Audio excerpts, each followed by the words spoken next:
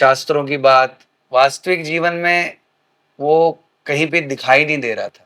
भौतिक जीवन के प्रति एक नकारात्मकता उत्पन्न हो रही थी। तो ये संकीर्तन में नाचना एक बहुत बड़ा विज्ञान है।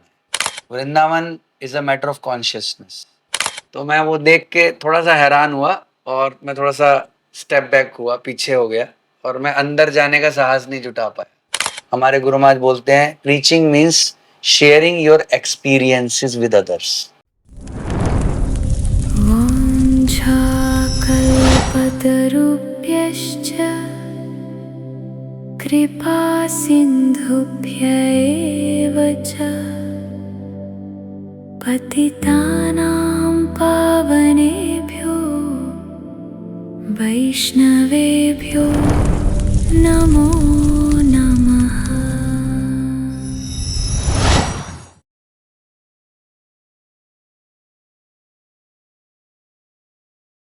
हरे Krishna. All glories to Srila Prabhupada.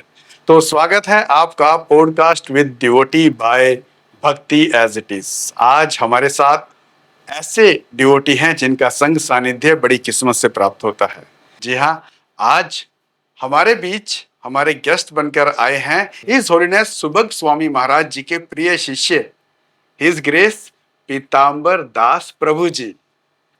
प्रभु जी महाराज जी के पब्लिकेशन को संभाल रहे हैं, उनके गुरुकुल को संभाल रहे हैं, बीबीटी में सेवाएं दे चुके हैं और गोवर्धन इको विलेज में भी कई सेवाएं दे चुके हैं। और ज्यादा मैं आपको इंतजार नहीं कराऊंगा, सीधे अब मिलते हैं प्रभु जी से। स्वागत है प्रभु जी आपका भक्ति एज इट इज के पॉडकास्ट विद डिवोटी में। धन्यवाद। प्रभु जी, सबसे पहले तो आप इतने बिजी शेड्यूल में से समय निकाल पाए, उसके लिए बहुत बहुत धन्यवाद।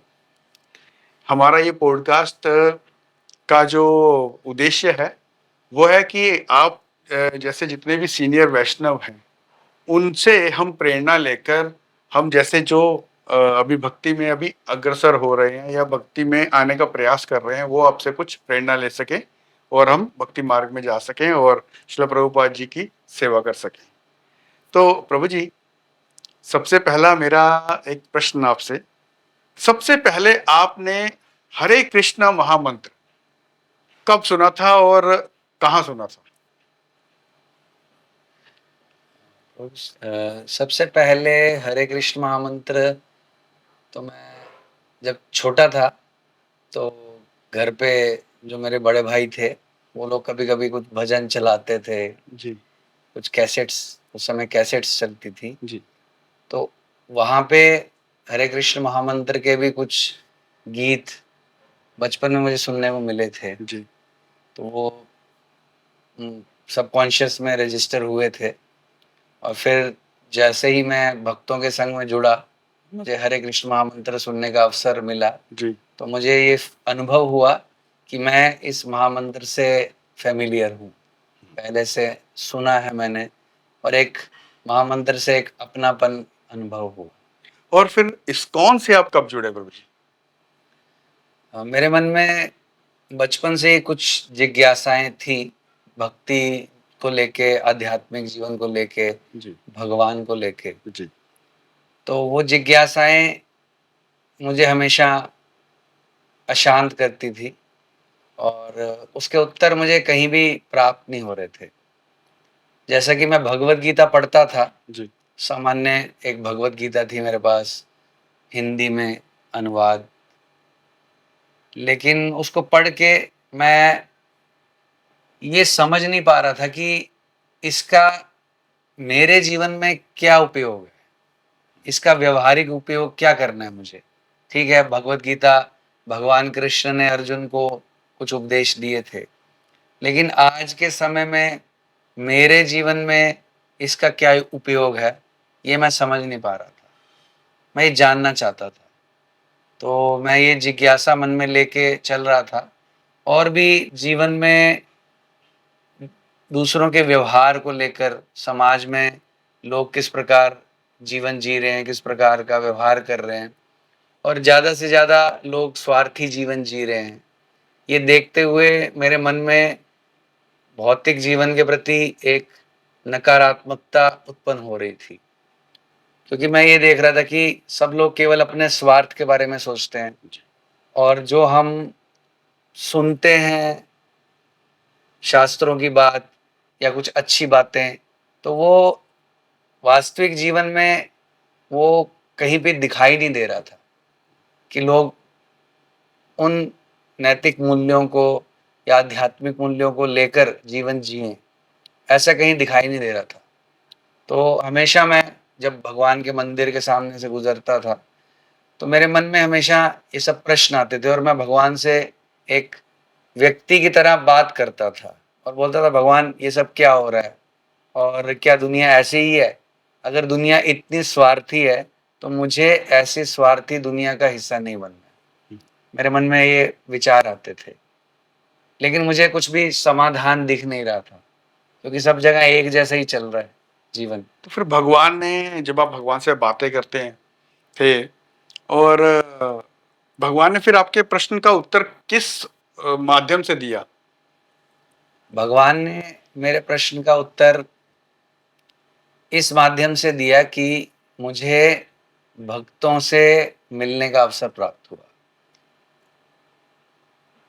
जब मैं ग्रेजुएशन कर रहा था 2003 में, तो उस समय हमारे होम टाउन में, जहाँ मेरा जन्म हुआ था, अम्बाला, वहाँ कुछ इस्कॉन का कार्यक्रम हो रहा था।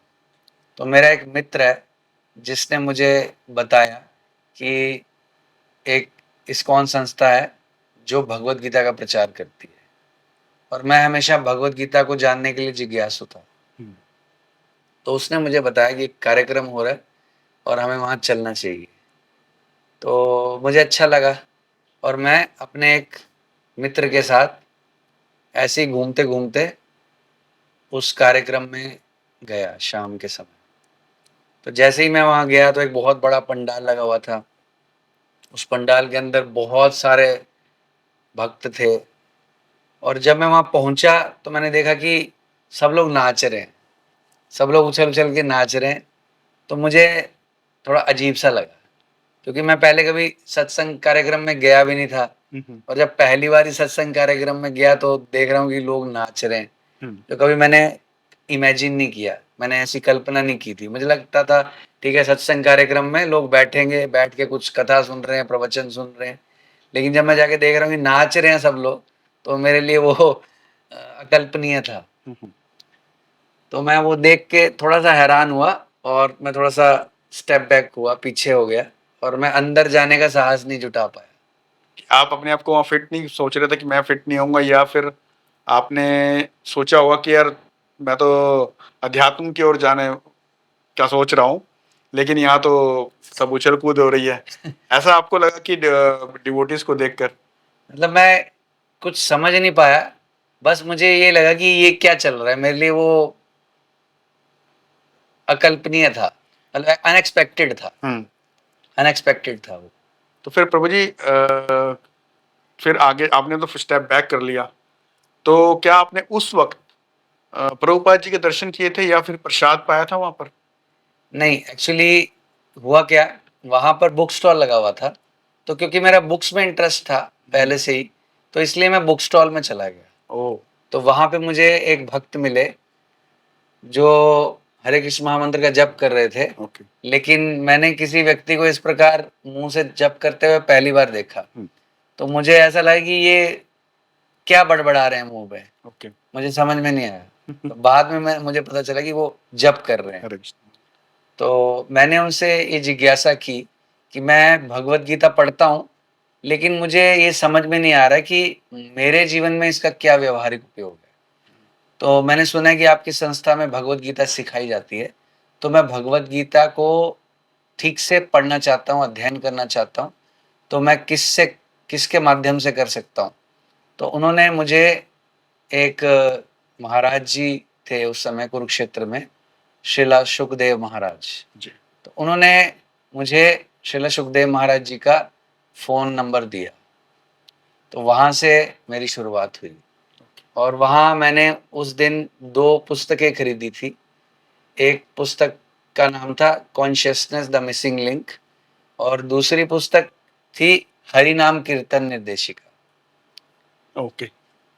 मुझे आइडिया नहीं था उस बुक में क्या है, लेकिन वो जो छोटी सी पुस्तक थी हरि नाम कीर्तन निर्देशिका, उसके बाहर चैतन्य महाप्रभु और कुछ भक्तों का संकीर्तन करते हुए एक चित्र था। तो मुझे वो चित्र बहुत आकर्षक लगा, बहुत अट्रैक्ट किया वो चित्र। तो उस चित्र को देख के मैंने वो पुस्तक खरीद ली। और दूसरी पुस्तक थी कॉन्शियसनेस द मिसिंग लिंक। तो मैं चेतना के विषय में कुछ सोचता ही था, तो मुझे लगा कि ये मेरे लिए रिलेवेंट होगी। तो वहाँ से मेरी शुरुआत हुई और भगवान की कृपा से मुझे श्री सुखदेव महाराज जी का जो कांटेक्ट नंबर मिला, उससे मेरे जीवन में आध्यात्मिक मार्ग खुल गया। जी, वाह। तो प्रभु जी, जब आपको परम पूज्य सुखदेव महाराज जी का कांटेक्ट नंबर मिल गया, तो क्योंकि आप जिज्ञासु थे, तो क्या आपने फोन किया उनको? जी बिल्कुल, मैंने जल्दी उनको फ़ोन किया। तो मैंने उनसे कहा कि मैं भगवत गीता के बारे में जानना चाहता हूँ। तो महाराज मुझे कुरुक्षेत्र आने के लिए आमंत्रित किए। तो उस समय तो मैं बहुत युवक था और मैं कभी घर से बाहर गया नहीं था। तो मैं हैरान हो गया, घबरा गया कि मैं कैसे जाऊँगा, क्या होगा? तो जो भक्त मुझे महाराज जी का कॉन्टेक्ट नंबर दिए थे, जी। उनका नाम है नरहरि कृष्ण प्रभु। अभी वो शायद गुड़गांव इस्कॉन मंदिर में सेवा करते हैं। तो प्रभु जी ने कृपा करके मुझे अपने साथ कुरुक्षेत्र की ओर लेके गए वो मुझे। तो उन्होंने मुझे सुखदेव महाराज जी से मिलवाया। तो मुझे बहुत अच्छा लगा, बहुत ही सरल साधु, एक सन्यासी और बहुत ही सहज, बहुत ही अपनेपन में मिल रहे थे महाराज। तो मुझे बहुत कंफर्टेबल फील हुआ महाराज जी के साथ। और महाराज इतने दयालु थे कि महाराज एक छोटे से कमरे में रहते थे कुरुक्षेत्र में, और महाराज अपने कमरे में ही मुझे सोने का अवसर दिए। तो जब भी मैं कुरुक्षेत्र इस्कॉन जाता था तो मैं महाराज जी के साथ महाराज जी के रूम में ही सोता था। और महाराज सुबह सुबह, हमको तो उठने की आदत नहीं थी सुबह, तो महाराज तो सुबह जल्दी 3 बजे उठ जाते थे। उठ के महाराज उठते ही महाराज हरे कृष्ण महामंत्र जप करना शुरू कर देते थे। और जब जैसे ही 4 बजते थे तो महाराज ऐसे पैर पे ऐसे मारते थे प्यार से और हमको जगाते थे। तो बहुत अच्छा लगता था। तो फिर हम उठ के स्नान करते थे और मंगल आरती अटेंड करते थे। तो महाराज से प्रारंभिक प्रशिक्षण मिला और महाराज का बहुत सानिध्य मिला। तो मैं उनके प्रति आजीवन कृतज्ञ रहूँगा। और महाराज ने हमको बहुत शिक्षा दी और ब्रह्मचारी जीवन में रहने के लिए प्रेरित किया और उत्साहित किया। हाँ, मेरा प्रभु जी यही अगला प्रश्न यही आने वाला था कि आपको मतलब प्रेरित किसने किया कि ब्रह्मचारी जीवन अपनाने के लिए? तो जैसे आपने उत्तर स्वयं ही दे दिया। तो प्रभु जी, जैसे आजकल, अब पता नहीं मेरा कहना उचित होगा कि नहीं, आजकल जो ट्रेंड चल रहा है कि लोग गुरु उसको अपनाते हैं कि जिस जो इंस्टाग्राम रील्स पे कौन फेमस है, किसके ज्यादा फॉलोअर्स हैं, यूट्यूब पर कौन ज्यादा वो है। ऐसे तो सामान्य जीवन में या सामान्य जनता में गुरु ऐसे चुनते हैं, जबकि हमने वैष्णव से ही सुना है कि हम गुरु को नहीं चुनते, गुरु हमें चुनता है। तो परम पूज्य सुबक स्वामी महाराज, इनके बारे में तो पूरे इस्कॉन जगत में ही प्रसिद्ध है कि इनके जो शिष्य हैं वो मतलब ये शिष्य बड़े चुन कर लेते हैं या सख्त हैं। इसके बारे में प्रभु जी फिर आप कैसे उनका आश्रय प्राप्त हुआ? प्रभु, मैं ये अनुभव करता हूँ कि यदि हम आध्यात्मिक जीवन के लिए गंभीर हैं और हम सच्चे दिल से भगवान को जानना चाहते हैं जी। और भगवान को समर्पण करना चाहते हैं, तो भगवान हमारे लिए मार्ग बनाते हैं। जिस प्रकार जब ध्रुव महाराज 5 वर्ष की आयु में घर से बाहर निकले भगवान को प्राप्त करने के लिए, दर्शन करने के लिए, जी। तो तुरंत भगवान ने उनके लिए नारद मुनि को भेज दिया मार्गदर्शन देने के लिए। जैसा कि चैतन्य चरितामृत में बताया गया कि कृष्ण यदि कृपा करे कोनो भाग्यवाने, गुरु अंतर्यामी रूपे शिखाया पाने। यदि भगवान कृष्ण किसी जीव पर कृपा करते हैं तो वो उसके जीवन में एक सच्चे गुरु भेजते हैं। तो जैसा आपने कहा, ये सच है कि हम अपने आप से गुरु को नहीं चुन सकते, हमारी वो क्षमता नहीं है, हम बद्ध जीव हैं, हम नहीं समझ सकते। लेकिन यदि हम इच्छा करते हैं भगवान को प्राप्त करने की, भगवान की सच्ची सेवा करने की, सच्चे दिल से भगवान को समर्पण करने की, तब भगवान हमारे जीवन में एक सच्चे गुरु भेजते हैं। तो आपको जब गुरु महाराज जी का आश्रय प्राप्त हुआ, तब आपको सबसे पहली सेवा कौन सी मिली जो आपको सबसे प्रिय है और जो आप हमेशा करना चाहेंगे? मुझे गुरु महाराज से मिलने से पहले भी कई वैष्णव का आशीर्वाद, कृपा प्राप्त हुई। जैसे शिला भक्ति विकास महाराज, तो 2004 में मैं शिला भक्ति विकास महाराज के दर्शन करने गया था और मेरी माँ भी उन साथ में गई थी। तो वहाँ शिला भक्ति विकास महाराज जी से मैंने एक प्रश्न पूछा था। मैंने पूछा था कि महाराज, क्या भक्ति करने के लिए घर छोड़ना आवश्यक है? क्योंकि उस समय मेरे मन में द्वंद्व चल रहा था कि मुझे फुल टाइम ज्वाइन करना चाहिए या फिर घर पे रह के ही भक्ति करनी चाहिए। तो मैंने महाराज जी से ये प्रश्न किया था।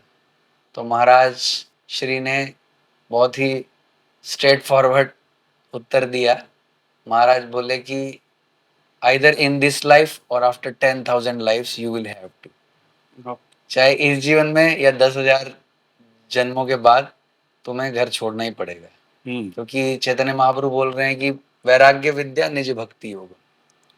तो अल्टीमेटली हमें भगवत धाम जाना है, भगवान के धाम जाना है, तो उसके लिए हमें भगवान और भगवान के शुद्ध भक्तों के प्रति पूर्ण आसक्ति विकसित करनी पड़ेगी, समर्पण करना पड़ेगा जी।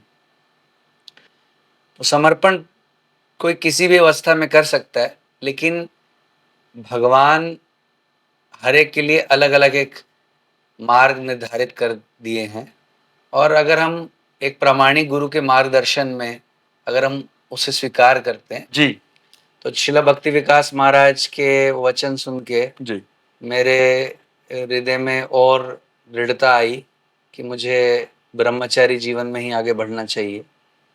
ये प्रेरणा और दृढ़ हुई और मैं शिला गौर गोविंद महाराज के कुछ ग्रंथ पढ़ना प्रारंभ किया।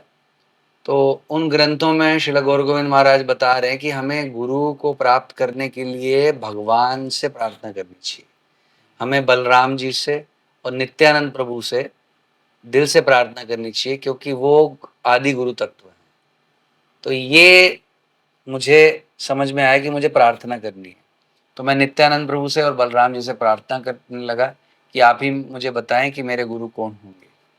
तो इस प्रकार भगवान की प्रेरणा से शिला सुबक स्वामी महाराज से मैं मिला और मुझे ये पता चला कि मुझे उन्हें ही गुरु रूप में स्वीकार करना है। मायापुर में मिले आप? सबसे पहले मैं वृंदावन में मिला। वृंदावन में जी।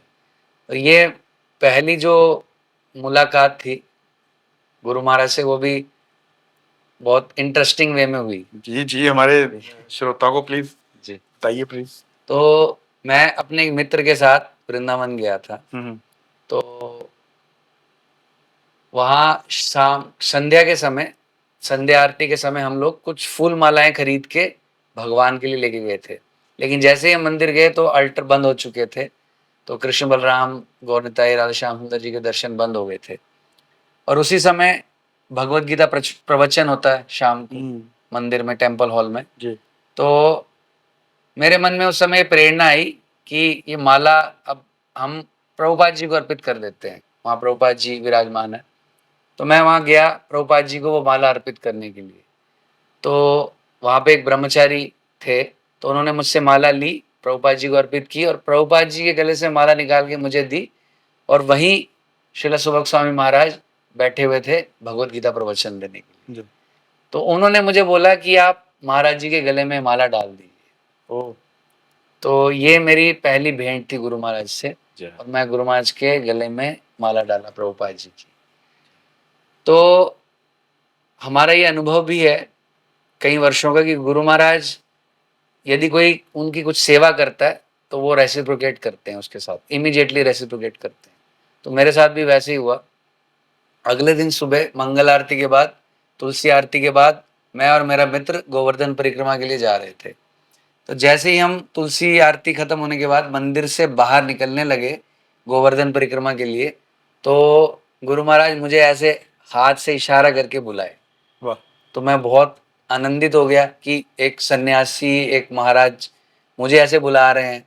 तो मैं जाके उनको प्रणाम किया। जी तो गुरु महाराज ने मुझसे पूछा, क्या नाम है तुम्हारा और क्या करते हो? जी तो मैं बताया अपना पहले का नाम। मेरा नाम पुनीत शर्मा था। तो और मैं बताया कि मैं ग्रेजुएशन कर रहा हूँ। तो उस समय पहली शिक्षा, पहला उपदेश जो गुरु महाराज मुझे दिए, वो बोले कि तुम भक्ति कर रहे हो, बहुत अच्छी बात है, लेकिन साथ में अपनी पढ़ाई भी करो गंभीरता से। तो मेरे उस स्तर के हिसाब से उस समय मुझे गुरु महाराज ने ये उपदेश दिया, पहला उपदेश। पहला उपदेश। तो फिर प्रभु जी आप पढ़ाई के बाद मतलब गुरु महाराज जी का जैसे आदेश हुआ, अपनी ग्रेजुएशन कंप्लीट की और फिर आप दीक्षा के लिए प्रेरित हुए कैसे? ग्रेजुएशन करने के बाद मैं पोस्ट ग्रेजुएशन किया जगन्नाथपुरी से। ओ जगन्नाथपुरी में एक जगन्नाथ संस्कृत विश्वविद्यालय है, तो वहाँ मैंने एडमिशन ली। वास्तव में वो भी मुझे पता नहीं था कि मुझे क्या करना है अपने जीवन में। तो भगवान की कृपा से मुझे श्रील भक्ति स्वरूप दामोदर महाराज जी के दर्शन हुए थे। मेरे कुछ मित्र श्रील भक्ति स्वरूप दामोदर महाराज से दीक्षा लिए थे, तो वो मुझे महाराज जी के पास लेके गए थे कलकत्ता में। कलकत्ता में एक भक्ति वेदांत इंस्टीट्यूट का ऑफिस है जो श्रील भक्ति स्वरूप दामोदर महाराज चला रहे थे। तो मैं वहाँ श्रील भक्ति स्वरूप दामोदर महाराज के दर्शन किया और उन्होंने मुझे प्रेरित किया संस्कृत में हायर स्टडी करने के लिए, और उन्होंने ही मुझे जगन्नाथपुरी में एडमिशन लेने के लिए मार्गदर्शन दिया। तो फिर उसके बाद श्रील भक्ति स्वरूप दामोदर महाराज भगवधाम चले गए, और फिर मुझे भक्तों के माध्यम से शिला सुभग स्वामी महाराज से फिर आश्रय लेने की प्रेरणा मिली। जय। तो मतलब आपके जीवन में कितने सारे महाराज और कितने सारे शुद्ध वैष्णव की कृपा है कि तभी आप इतनी सेवा कर पा रहे हैं अपने गुरु महाराज की। तो प्रभु जी आप और बीबीटी में भी आपने सेवा की, जी, उसमें उसके बारे में थोड़ा बताइए। बीबीटी में आप क्या सेवा करते हैं? भक्ति वेदांत बुक ट्रस्ट मुंबई, मैं उसमें भी 7-8 साल सेवा किया हूँ। जी और मैंने श्रील भक्ति स्वरूप दामोदर महाराज ने एक ग्रंथ लिखा था, scientific basis of Krishna consciousness, जिसे प्रभुपाद जी ने बहुत अप्रिशिएट किया था।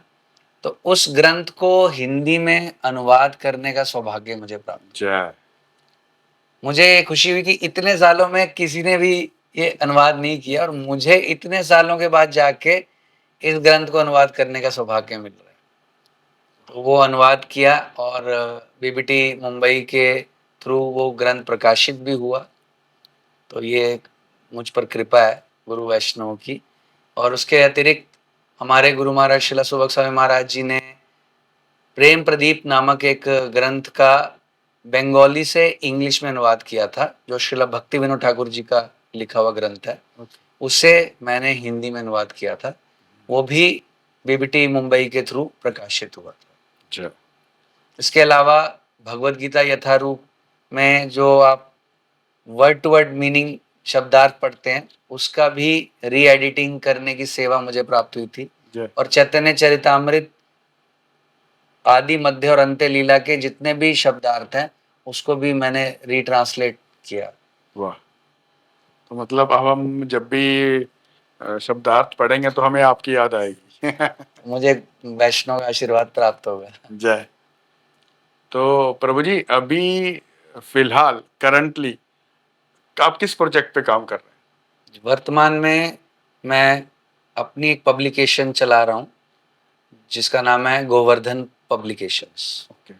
इसमें हम श्रीला सुभग स्वामी महाराज की शिक्षाओं पर आधारित ग्रंथों की रचना कर रहे हैं और साथ ही प्रभुपाद जी की शिक्षाओं पर आधारित भी सरल भाषा में ग्रंथ निर्मित कर रहे हैं। अभी तक अगर हम ग्रंथों की बात करें, हमारे गोवर्धन पब्लिकेशन से कौन कौन से ग्रंथ अभी प्रकाशित हो चुके हैं या फिर अब आगे कोई लाइनअप है? जी, गोवर्धन प्रकाशन में हमने ये ग्रंथ निर्मित किया है, इसका नाम है श्रीला प्रभुपाद स्मरणामृत।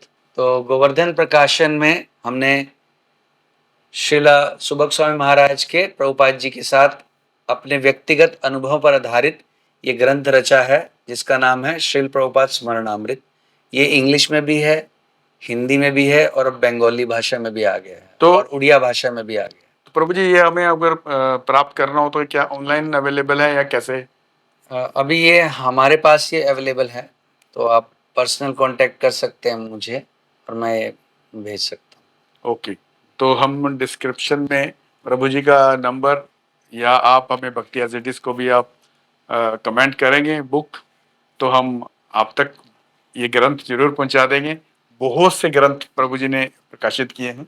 इसके अलावा ये एक ग्रंथ है रत्नमाला, जो श्रीला सुभग स्वामी महाराज जी के प्रवचनों पर आधारित है। ओह, ये हिंदी में भी है, जी। इंग्लिश में भी है। इंग्लिश अभी खत्म हो चुकी है, बुक्स रिप्रिंट करना है, और ये पंजाबी भाषा में भी है। और प्रभु जी, मैं सुबह ही देख रहा था बुक्स को और मुझे बड़ा अचरज हुआ कि जैसे प्रभुपाद कहते हैं कि टेक्नोलॉजी को अगर हम भगवान की सेवा में लगा दें तो वो बुरी नहीं है। तो जैसे रत्नमाला है ये बुक, इसके जहां पे चैप्टर खत्म होता है एक क्यूआर कोड दिया हुआ है जी। तो मुझे जो फर्स्ट टाइम मेरे को ऐसे देख के लगा कि शायद ये या तो ये परचेज करने के लिए है या फिर वो क्यूआर कोड करेंगे या डोनेशन देने के लिए है। लेकिन जो माताजी वो बुक डिस्ट्रीब्यूट कर रहे थे उन्होंने बताया कि ये क्यूआर कोड आप अगर आप स्कैन करेंगे तो वो लेक्चर सुन सकते हैं। जी। ये प्रभु जी, ये आइडिया किसका था? ये आइडिया मेरे गुरु भाई हैं, उनका नाम है कृष्ण सुदामा प्रभु जी। तो उन्होंने ग्राफिक डिजाइनिंग में डिग्री की हुई है दिल्ली से, और वो भी फुल टाइम ब्रह्मचारी हैं, संकीर्तन प्रचार करते हैं भारत में भ्रमण करते हुए, और उनका बचपन गुरुकुल में बीता है। वो वृंदावन गुरुकुल से पले बड़े पड़े हुए हैं। तो ये उनका आइडिया था जब हम एक बुक बना रहे थे। ये प्रभुपाद जी की शिक्षाओं पर आधारित एक ग्रंथ हमने बनाया था, आनंदमय जीवन की ओर। तो इसमें उनका आइडिया था कि हम इसमें प्रभुपाद जी के कुछ इन्हीं टॉपिक्स पर आधारित लेक्चर्स का लिंक दें। वाह। तो उन्होंने ही क्यूआर कोड बनाए और इस ग्रंथ में वो सब क्यूआर कोड दिए जिससे हम डायरेक्ट श्रवण भी कर सकते हैं उसी विषय के बारे में। तो यही जो स्कीम है ये हमने इन बुक्स में भी रखी। वाह, यानी रीडिंग और हेयरिंग एक साथ हो सकती है अगर हम इन पुस्तकों को, इन ग्रंथों को पढ़ेंगे। और प्रभुपाद तो कहते ही हैं कि बुक्स में ही मैंने सब कुछ आने वाले 10,000 सालों के लिए आपको इंस्ट्रक्शन और संदेश दे रखे हैं। और एक ये ग्रंथ है the golden road to Vrindavan. वाह। ये भी हमारे एक गुरु भाई हैं, हिज ग्रेस असीम कृष्ण प्रभु जी। उन्होंने ये बुक महाराज जी की शिक्षाओं पर आधारित बनाई है, और इसमें वृंदावन के भाव के विषय में महाराज जी की शिक्षाएं हैं। इसमें बहुत ही इंटरेस्टिंग ग्रंथ है और बहुत सुंदर तरीके से ये बनाया गया, पूरा कलर्ड बुक है ये, और बहुत अट्रैक्टिव है। और महाराज श्री भी इस बुक को देख के प्रशंसा करते हुए थकते नहीं। वाह। तो प्रभु जी, the golden road of Vrindavan, अब आफ्टर कोविड सोशल मीडिया ने वृंदावन को इतना पॉपुलर कर दिया कि अब ओवर क्राउडेड हो गया है। भक्त भी अब डरते हैं जाने के लिए कि वृंदावन, ओ माय गॉड। तो अकॉर्डिंग टू दिस बुक और गुरु महाराज के जो उपदेश है, वृंदावन का क्या भाव होना चाहिए प्रभु जी, एक वैष्णव को या एक साधक को या एक आम पब्लिक को, उसके बारे में थोड़ा बताइए। हमारे आचार्य गुरुजन जो हमें मार्गदर्शन दे रहे हैं वो यही है कि हमें अपने हृदय को वृंदावन बनाना है। Vrindavan is a matter of consciousness. Vrindavan चेतना का विषय है। हमारे गुरु महाराज भी बार बार इस बात पर बल देते हैं कि हम किसी भी स्थान में रह रहे हैं, यदि हम प्रामाणिक गुरु के निर्देश में विनम्र भाव से, निरपराध भाव से सेवा कर रहे हैं, तो वो वृंदावन वास ही है। और हम वृंदावन में जा सकते हैं, लेकिन यदि हमारी समर्पण भावना नहीं है, सेवा भावना नहीं है, तो हम वृंदावन में नहीं है। ऐसा श्रील भक्ति सिद्धांत प्रभुपाद जी बोलते हैं कि हम टिकट खरीद के वृंदावन नहीं जा सकते। वृंदावन चेतना का विषय है। तो मतलब जो हर वीकेंड डेस्टिनेशन बना देते हैं वृंदावन को, उनको क्या प्रभु जी, उनको क्या प्राप्त होगा? वृंदावन जाना अच्छा है, लेकिन सेवा भावना से। वृंदावन भगवान कृष्ण के आनंद के लिए है, हमारे एंजॉयमेंट के लिए। तो हम वृंदावन में किस भावना से जा रहे हैं?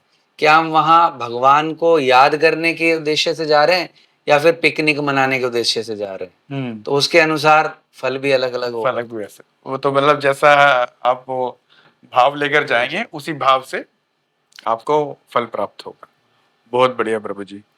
अभी आपका ही लेक्चर में सुन रहा था, तो उसमें आपने बताया था कि हम जैसे बाहरी दुनिया में अपना 100% देते हैं, कि क्योंकि जॉब में जा रहे हैं वहां हम तो कभी नहीं होते, नहीं हमने, तो वो बहुत अच्छा है प्रभु जी। वो एक बार मैं चाहता हूँ कि विस्तार से बताएं कि हमें ड्यूटीफुल कैसा होना चाहिए। प्रभु, एक इंग्लिश में कहावत है, put your money where your pocket is. मतलब जहां हमारा इंटरेस्ट है ना, वहां हम अपना टाइम एनर्जी इन्वेस्ट करेंगे। तो वर्तमान में हम सभी बहुत ज्यादा स्ट्रांगली देहात्म बुद्धि में हैं। हम लोग शरीर के प्रति बहुत ज्यादा आसक्त है।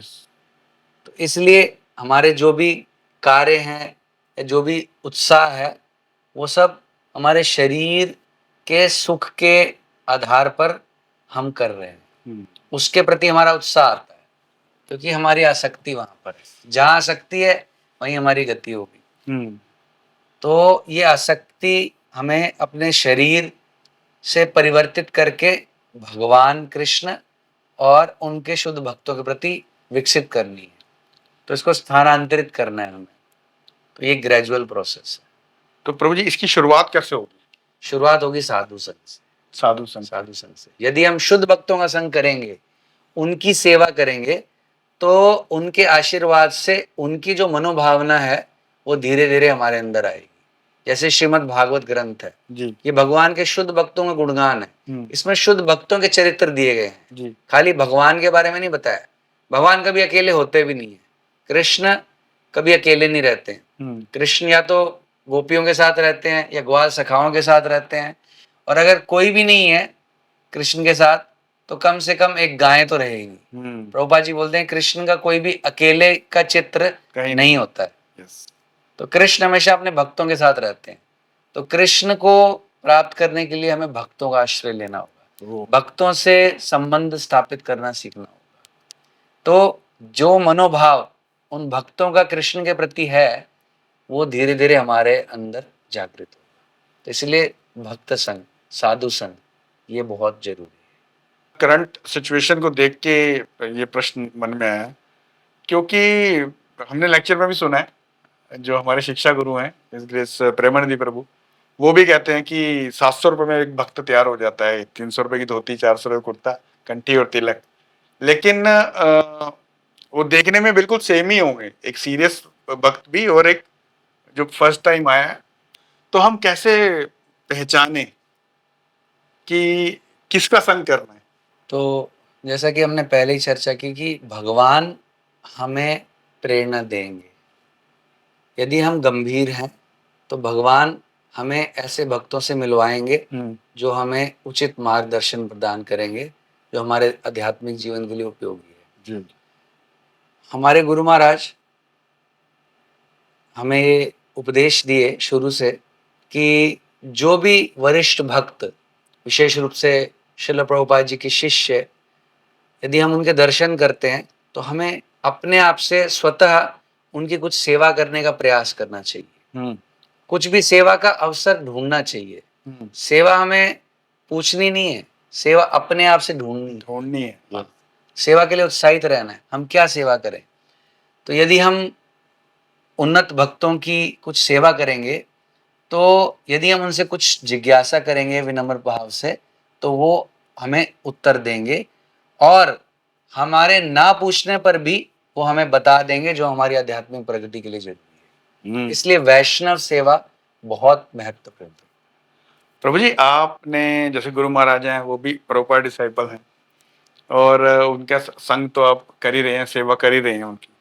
तो बहुत सारे प्रभुपाद डिसाइपल्स भी मिलते हैं आपको, तो कुछ ऐसा अनुभव है जो अपने गुरु महाराज के अलावा आपने कोई और प्रभुपाद डिसाइपल की सेवा की हो या कुछ सर्विस की हो उनके लिए और आनंद आया हो? ऐसे बहुत सारे अनुभव हैं जी। वैष्णव की कृपा से। और हमारे गुरु ने हमको यही सिखाया है कि जो भी गुरु महाराज के गुरु भाई हमें मिले तो हमें उन्हें गुरु महाराज से अधिक सम्मान देना है और उनकी सेवा करने का कुछ अवसर ढूंढना है। जी। तो ऐसा एक मेरे जीवन में एक दिव्य अनुभव है श्रीला लोकनाथ स्वामी महाराज जी के साथ। जय।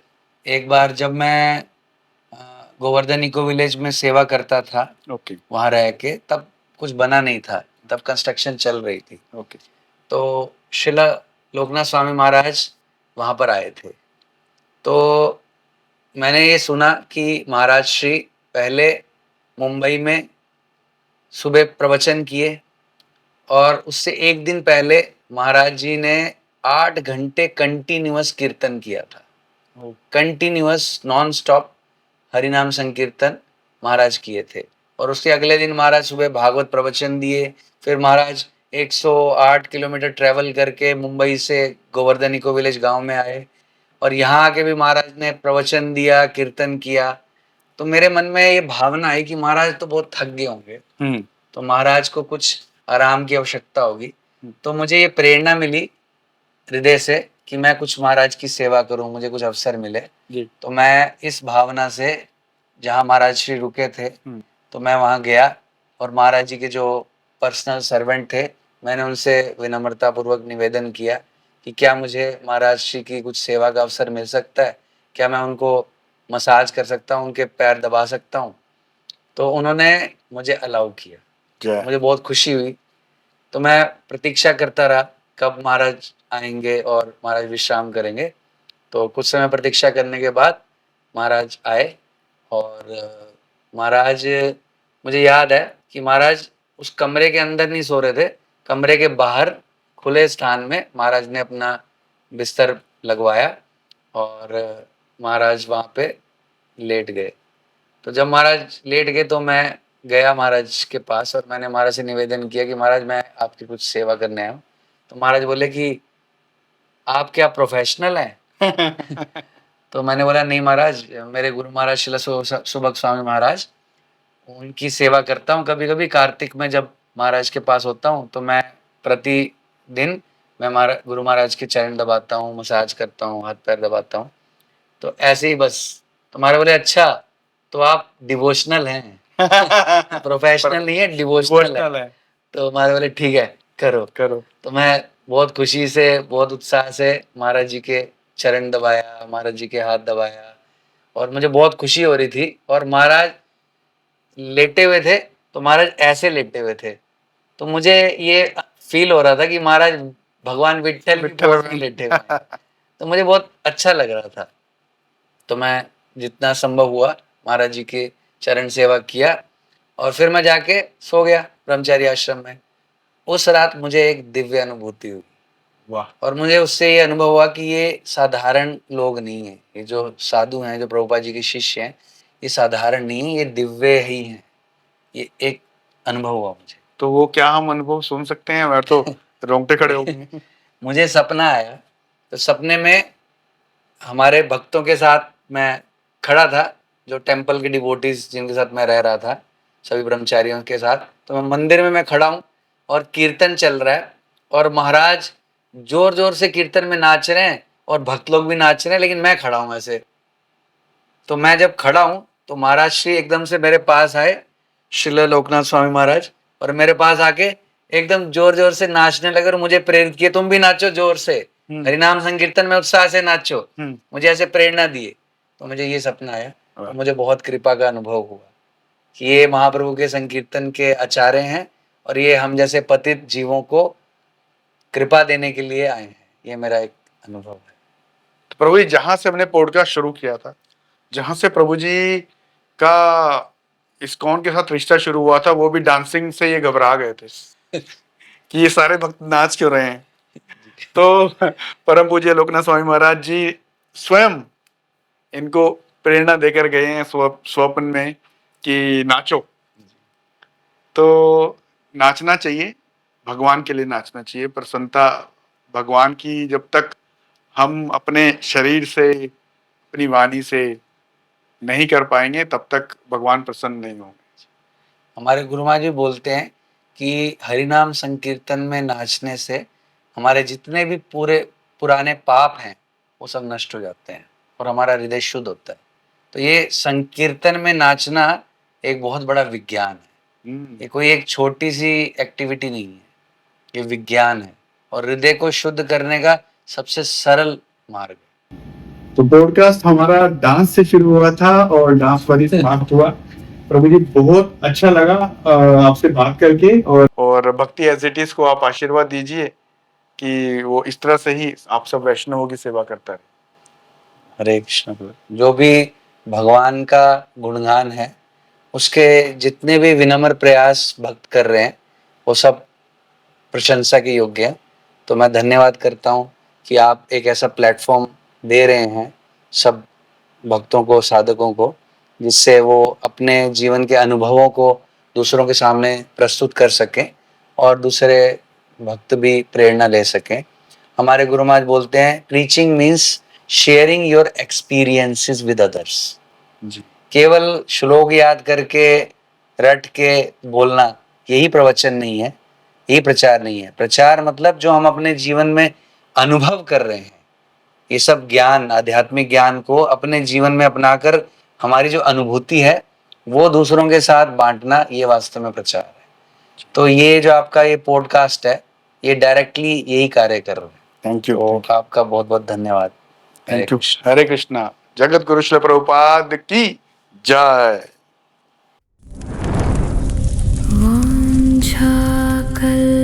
कल्पतरुभ्यश्च